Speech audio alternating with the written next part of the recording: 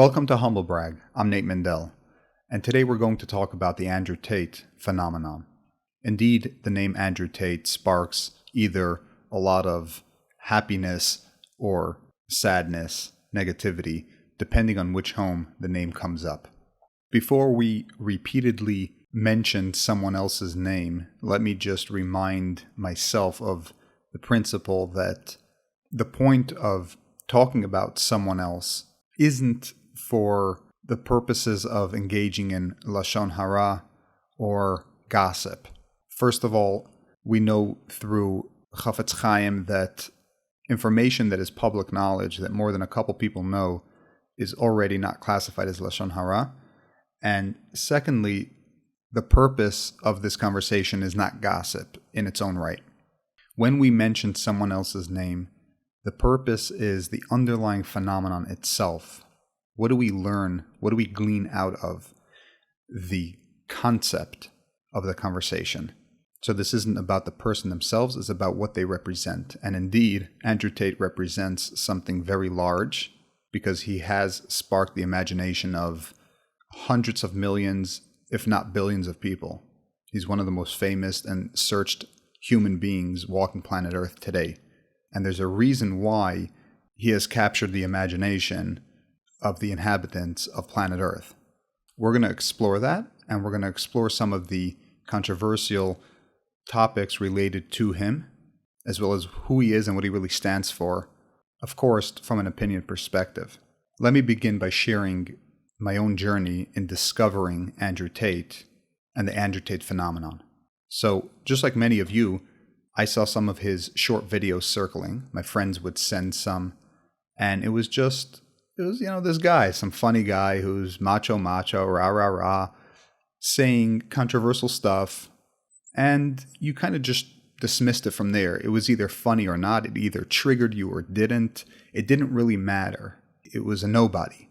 And then he began to become more and more famous, and when he started having problems, he was complaining that nobody's listening to his long-form interviews and that everything's being taken out of context and that media and various other entities are deliberately trying to sabotage him.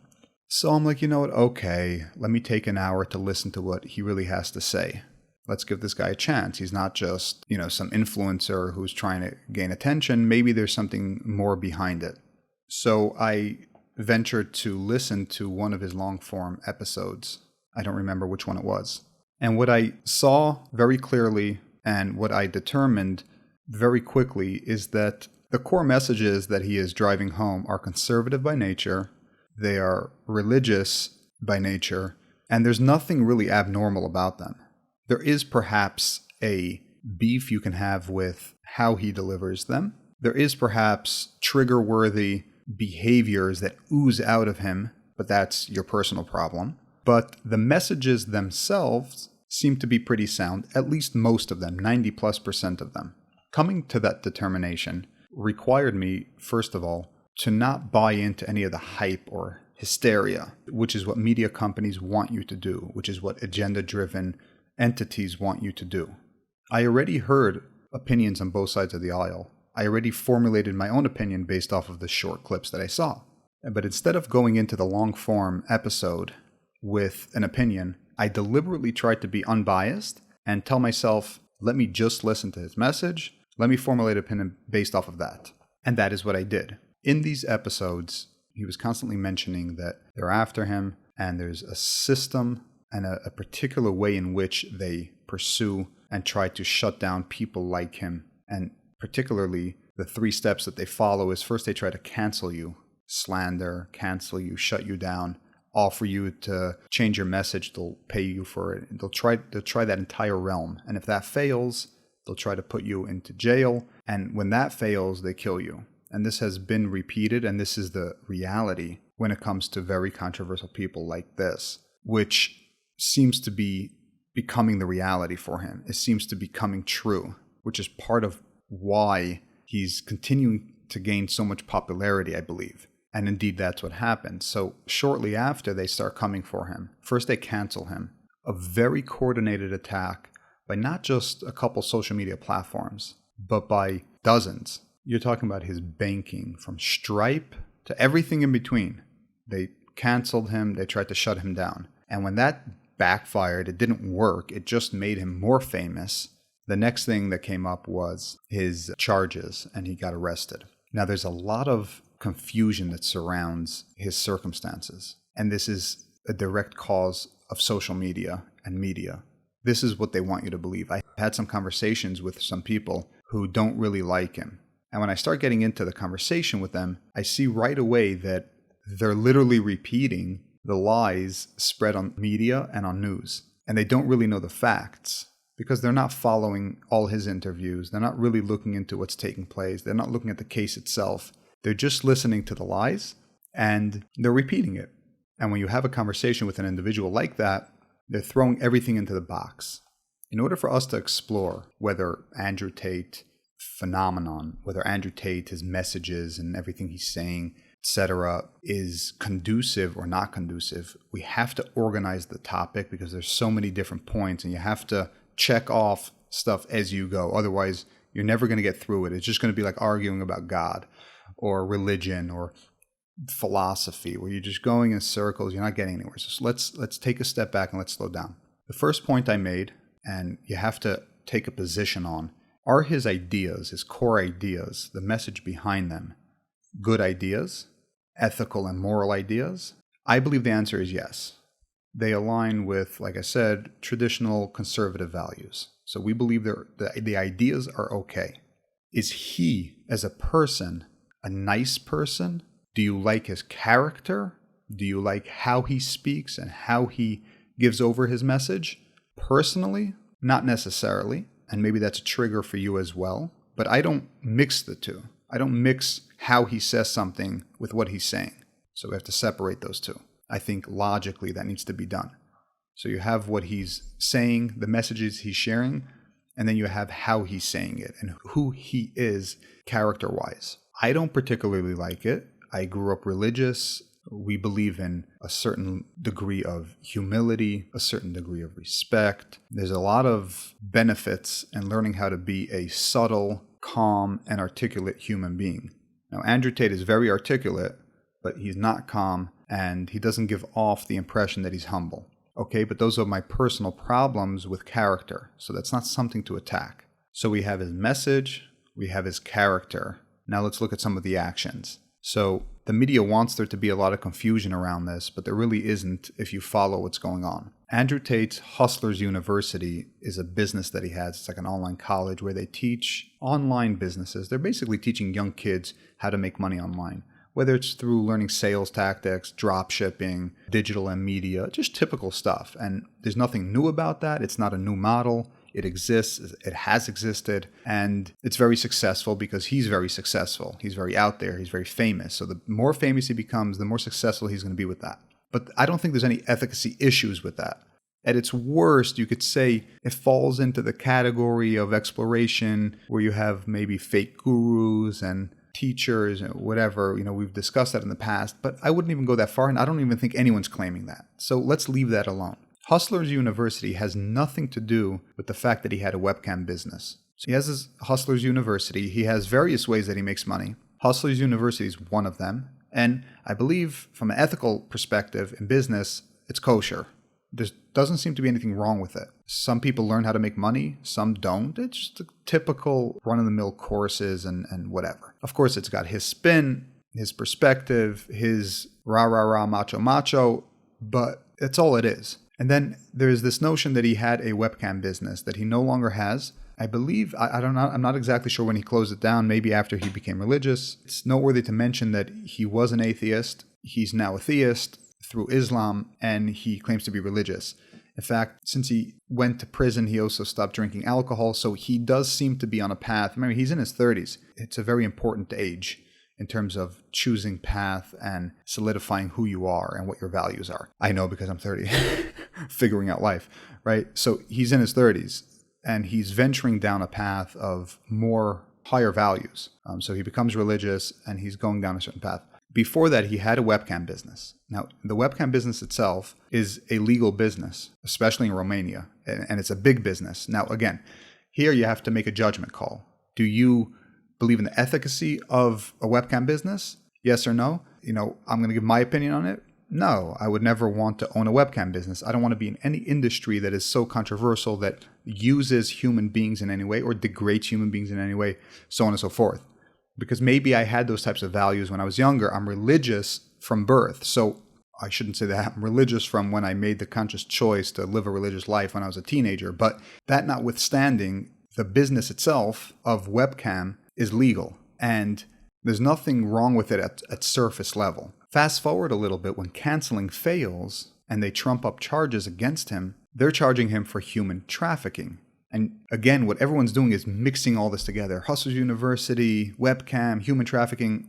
There's no shaykhs. His charges have nothing to do with his legal webcam business that he had. The human trafficking aspect pertains particularly to how he got girls in relationships. And when we hear human trafficking, we're thinking the trafficking of human beings. It is nothing like that whatsoever. It is the claim that he emotionally manipulated women into relationships of some sorts. And that's the entire big, he's getting arrested, he's sat in jail for. So you see, when we start separating each thing, and we don't just mix them all together and then put your judgment on his character on top of it, it begins to present itself in sharp focus. And it's not so overwhelmingly negative toward who he is, what he's doing, and what he's trying to do.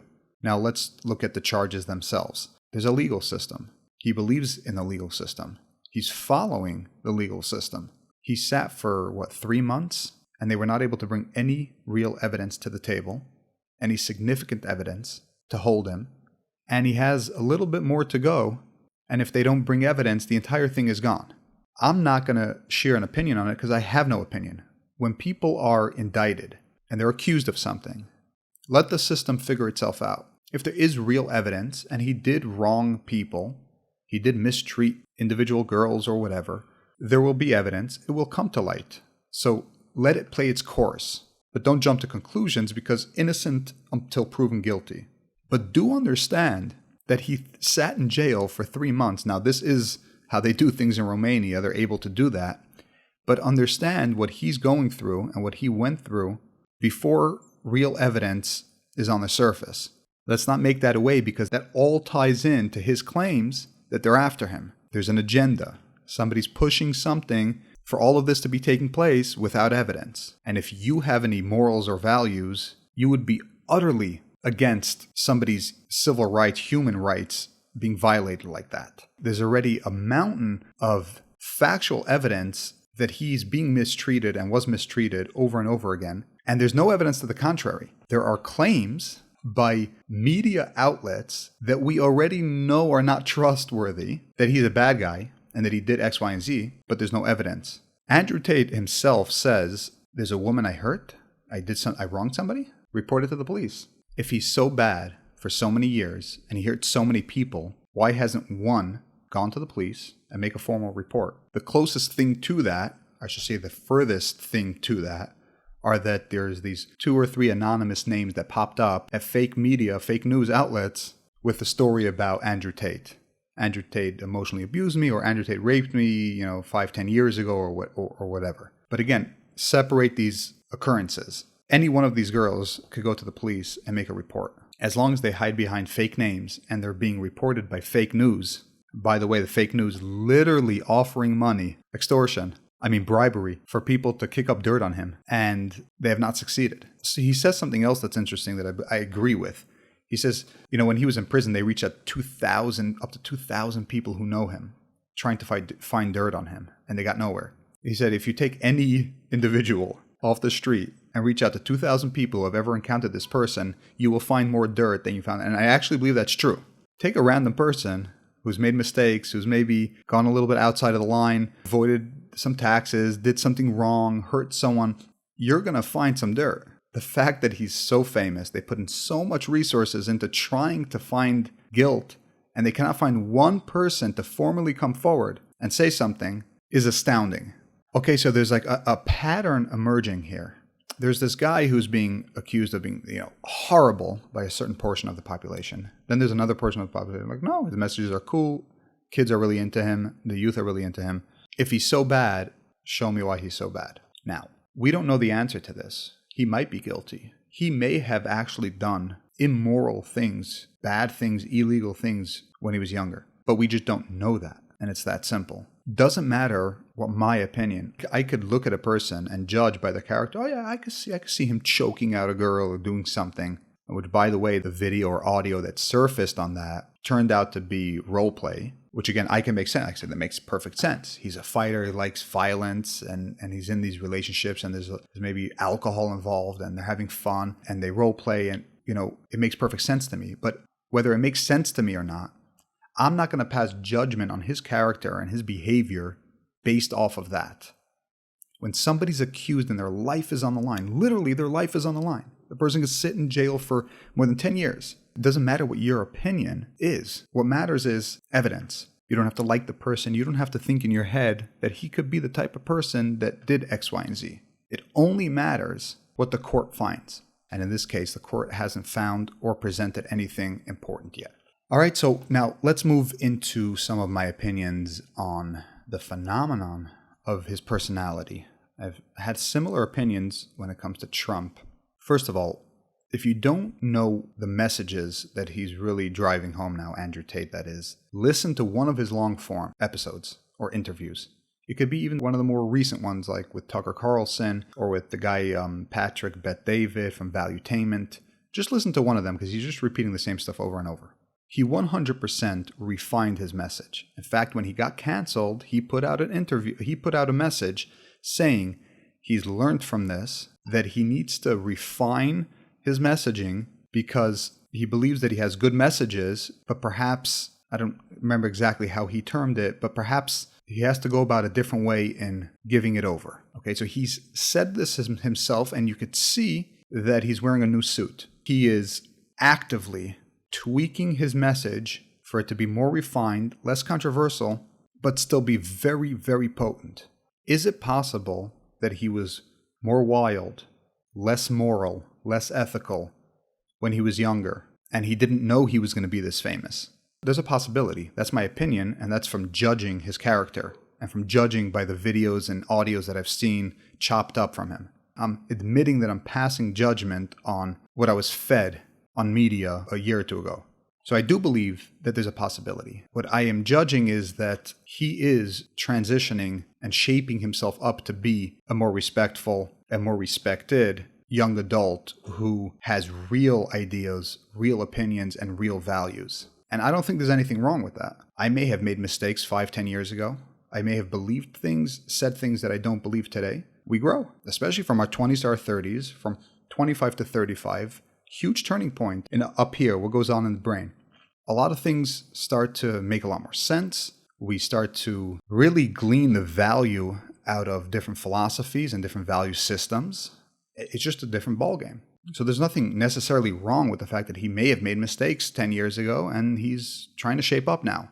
So I don't care so much about who he was. I didn't know him back then. I can't speak to it, and nor can you. Nobody can, unless you literally know, unless you saw him smash someone's face in or beat a girl or treat somebody wrong. You can't even have an opinion on it. Or you can, and it doesn't matter what your opinion is, let alone people who don't know anything about him. So I'm not going to pass an opinion on that part of his life.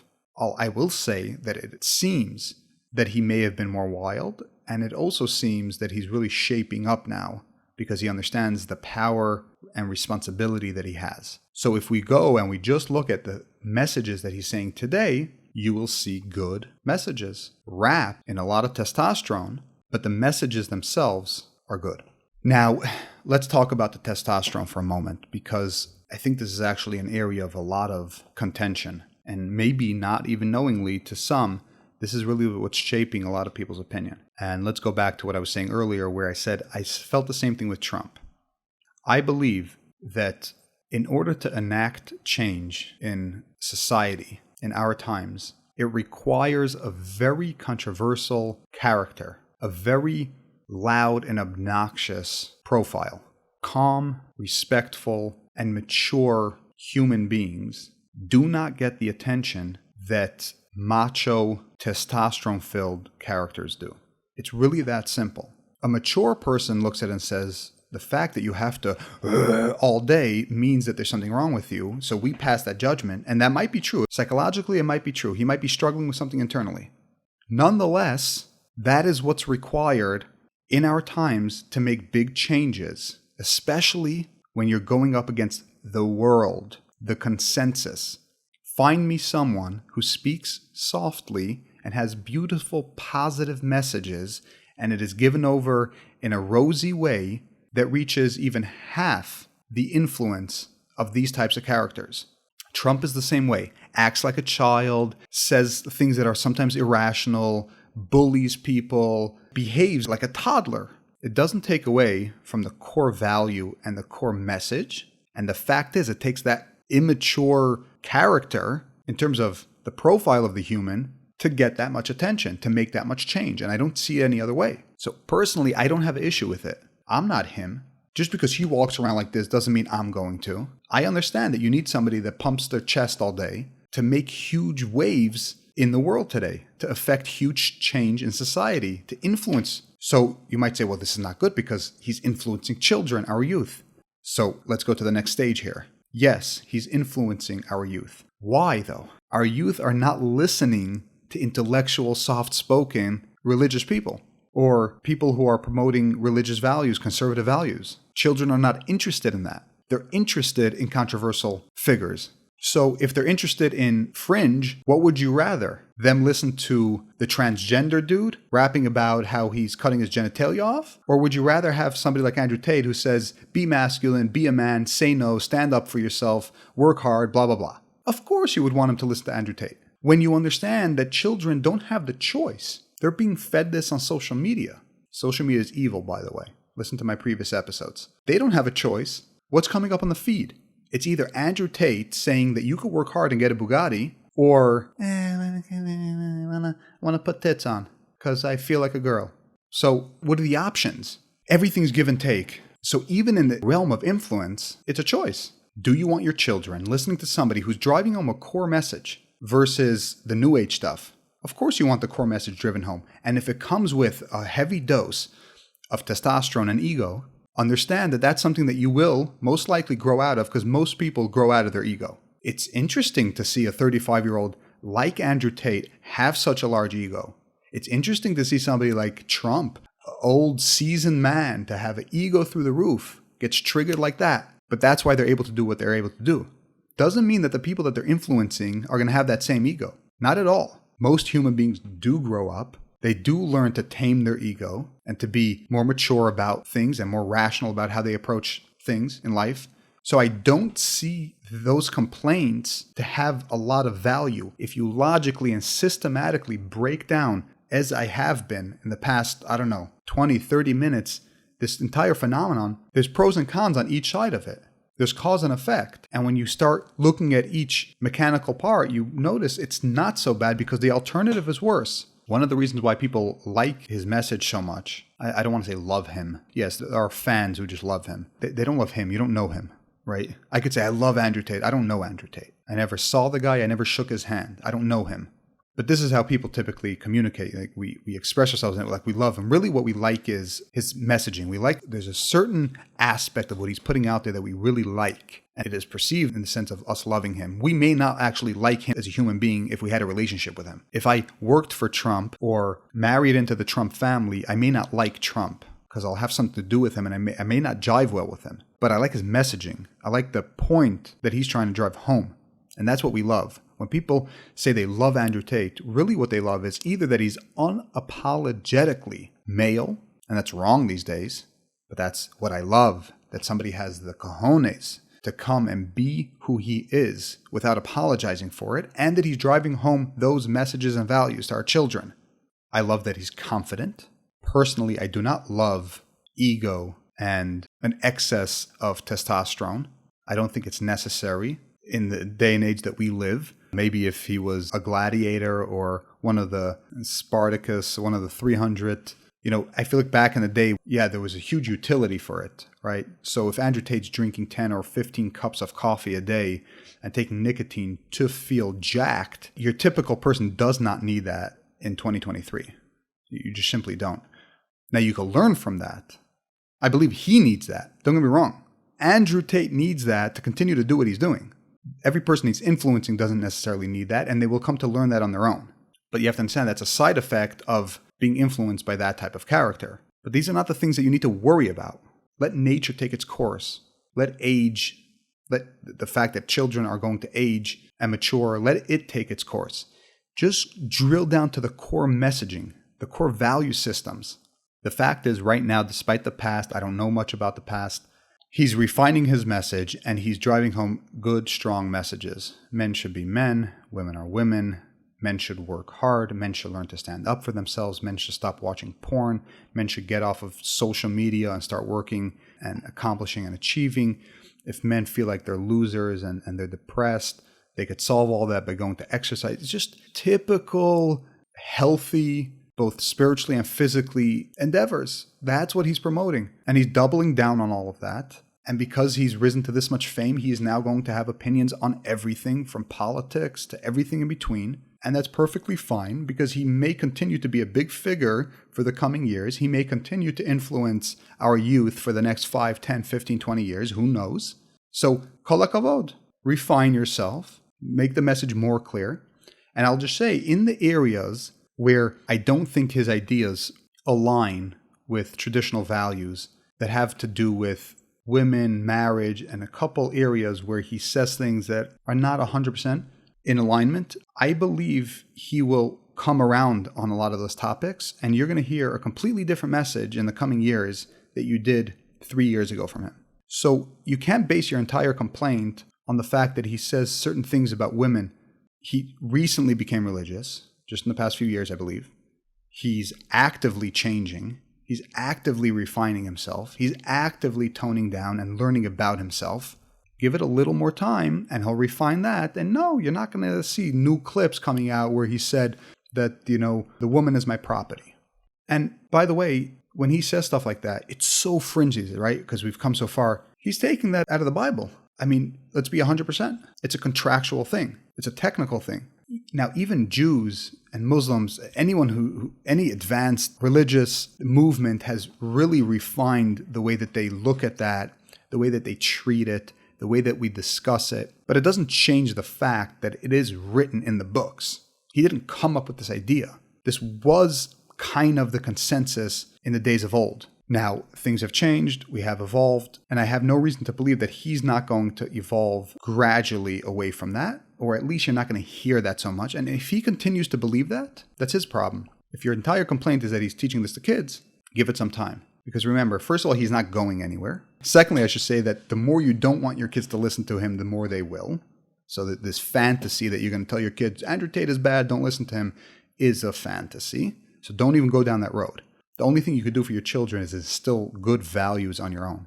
Instill humility. Instill packing away the ego and learning how to control it and deal with it. Instill healthy masculinity and so on and so forth. So when they listen to Andrew Tate, they understand how to frame what he's saying. Like I'm trying to do here in this conversation, I'm trying to frame some stuff. You want your kids to know how to do that. Give them utilities to do that. You teach them the values so it makes sense. So they know how to make sense of what he's saying. But don't think for a second that your kids are going to stop listening to him because you're complaining about it because you detest him. The opposite effect is going to take place. And understand that hopefully he will refine himself in those particular areas. And in other areas, like I said, the 80-90% sterling, the messages that he's sharing. He's sprinkling a lot of energy onto it, a lot of testosterone, masculinity, and stuff onto it. But he has to do that for himself to be jacked up enough to even fight this fight. He doesn't have to do this. It's his life mission, his life purpose to do this. He believes he's helping this world. And people who understand the messages that he's bringing across and the influence that he has agree that he's actually making positive change in the world. And the only people that are sitting and complaining on the extreme level are people who simply disagree with his messages. It's not even so much about his character. The far left, the progressive left, who literally want to kill him, that's because they don't believe in his ideology, in the messages that he's sharing. They want him dead because he doesn't agree with them. You don't want your children listening to that. That's extremism. Anyway, and in conclusion, I will say that I've always carefully analyzed the messages, the stuff that he said, and if you just do that without bias there doesn't seem to be a huge issue with it. It's just that simple. Despite how I might feel about his particular character traits, his behavior, the messages that he's driving home is a lot better and a lot more aligned with the truth than all the other nonsense and garbage that is to be found on social media. Additionally, most people who have very strong opinions about him, even the reporters that come and report him and then shed negative light on him, never really sat through a 2-hour interview. And most people who really just sit down without bias, you know what, let me listen to what this guy has to say. Let me hear his story. Opinions change. And it's not the extreme right that's interested in him. Like I said, Tucker Carlson, Patrick Bet-David, and a ton of other people, Elon Musk restoring his Twitter account, that's not Alex Jones, or even more extreme. It's not the KKK. These are people who looked into the case, as I'm discussing here. They spoke to him. They look at what's happening, and they look at his messaging, and they're looking at the entire landscape of what they're trying to do to him, and they come to the conclusion that this guy is pretty legit. And until there isn't evidence that he isn't, it just remains as such. So it'll be interesting to follow what takes place. Typically, there isn't a person, like a young person like this, that pops up that like you really wonder what's going to happen, because the only reason it matters so much is because of his influence, because of his power, and because of how he captured the imagination of the world. So what's going to happen with an individual like that? If he comes out the other side and he's innocent and they find nothing on him, you could expect for his popularity to just continue to grow. And personally, I don't hate it, because I believe his messages are important messages that need to be shared in 2023. I know 100% that the alternative is garbage, is sewage, is detriment. So we need more people like Andrew Tate, Donald Trump. You could say it's unfortunate that you need more people like that, because the fact, and I've said this in the past, but the fact that these types of people are so successful at gaining popularity and influence is a testament to how bad society has become. If society was sane, you would listen to an intellectual, a wise person, handing down values the correct way, without the and that would be enough to influence society. Society has gone so far off the deep end that you need these beasts to come in and shake things up in such a controversial way that you listen. Otherwise, nobody listens. The fact that society has gone this far, so it's unfortunate, I should say, that we need such fringe characters to represent such basic, traditional, conservative ideas nobody else has listened to. And I'll venture to say that if the world continues to go in the progressive way, the opposite extreme, the characters that are going to be born out of that are going to be even more extreme. So just imagine Tate 2.0. Imagine Trump, then Tate. What do you think's next? If we don't continue, and in 20 years from now I can marry a horse, and we've lost all of our sanity, you better believe that the character that's going to be countering that is going to be off their rockers completely. The alternative is, like I mentioned earlier, teach your children values. Teach your children how to discern these messages, how to place them, how to frame them. And then they don't need people like Andrew Tate. Unfortunately, this world these days, because of how things are going, we do need people, and we need characters like that. Anyway, that's my 2 cents on the phenomenon of Andrew Tate. And let's see where it goes. We have to remain unbiased and clear, especially because it is an open case. Let's see if he ever gets charged with something. And let's learn how to make sense of some of the important stuff that he's saying. I will finish by repeating a very important thing that Andrew Tate himself says.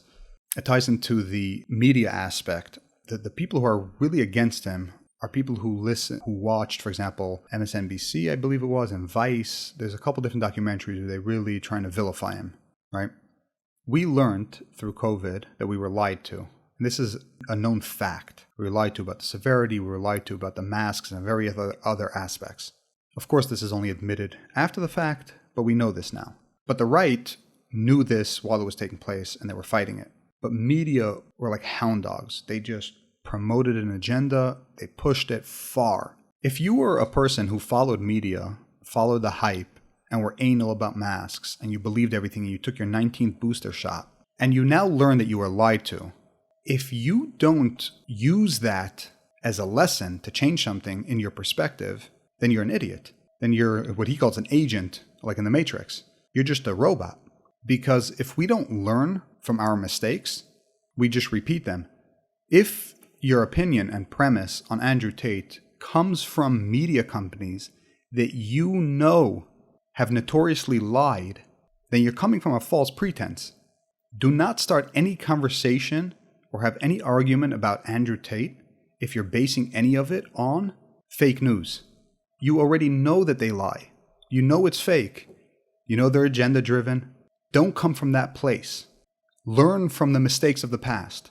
If you take an extreme example, like pick like a cult of some sorts, like Lev Tahor or whatever, and I come and I tell you the leader of Lev Tahor told me that Jews believe in unicorns. The initial reaction that you're going to have in your head, the initial amount of trust is going to be very close to zero, if not completely zero, right? Because you understand where the source of that information is coming from.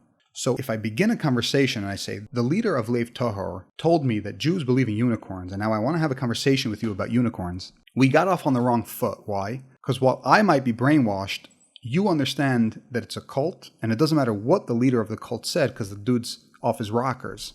When you start a conversation about Andrew Tate, and it's based off of something you watched on Vice or NBC or CSNBC, whatever, it's a non-starter. The world is waking up to what Trump coined fake news and why there's zero trust in these platforms. So if you want to have an unbiased opinion on this matter, you will have to research and look into it and listen to the interviews and actually look at the paperwork depending on what area of his life fascinates you, and then formulate an opinion. You certainly cannot formulate it on the stuff that you watch on those outlets. With that being said, peace. Leave a like and subscribe.